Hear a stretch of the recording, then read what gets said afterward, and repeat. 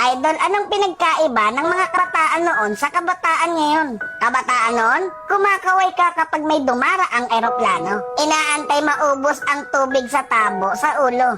Ginagawang swimming pool ang planggana ni nanay. Ginagawang braces ang foil ng choknat. Naliligo ka sa alulod ng bubong kapag umuulan. At kapag gabi naman, akala mo sinusundan ka ng buwan. Nagko-concert sa harap ng electric fan. Kabataan ngayon, ang problema ay pera at cellphone. Ang problema lang namin noon kung paano makatakas sa bahay para di matulog ng tanghali. Lumaki man kami sa palo, aminin natin mas maraming nire-respeto na magulang sa panahon noon kaysa ngayon. Mga kabataan ngayon, isang chat lang, may jowa na.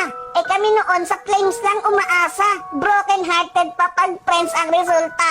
Mga kabataan noon, ang dami ng alam na trabaho. Kesa sa kabataan ngayon, tamad na, puro pa gadgets, di pa mautusan. Minsan nagiging ibon, minsan nagiging paniki. Wait lang. Batako. Idol, hindi kawawa ang batang inuutusan sa gawaing bahay. Ang kawawa ay yung batang lumalaki na walang alam sa buhay.